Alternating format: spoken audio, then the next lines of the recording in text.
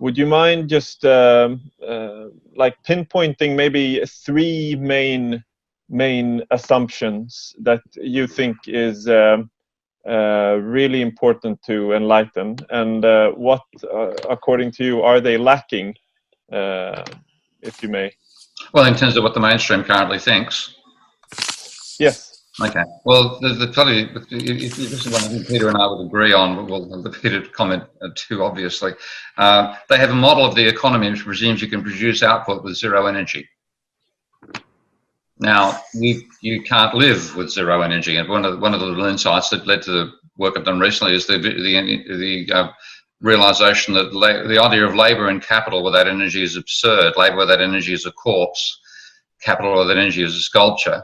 And to try to imagine how a combination of skeletons and sculptures could produce output is an intriguing intellectual exercise best left to fantasists, not to economists. But unfortunately, that's one of their foundation concepts.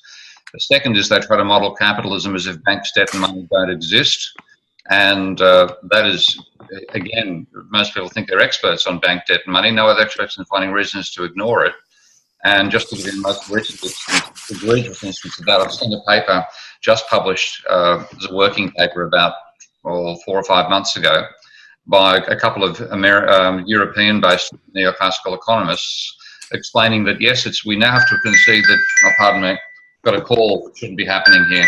Actually, I'll have to hang up and get back to him later. I don't know why that came through now. Sorry. What I was saying, yeah, a paper which explained that they have to concede that banks actually create money, but it's possible to use the simpler model where banks don't create money, so long as you're willing to assume that there's no risk and therefore no uncertainty and therefore no bank defaults occur. And this is one decade after the financial crisis, which they claim nobody could see coming, therefore it was uncertain, and which enormous numbers of bank defaults occurred. That's the extent to which we're dealing against a religion disguised as a science rather than a science in the proper sense.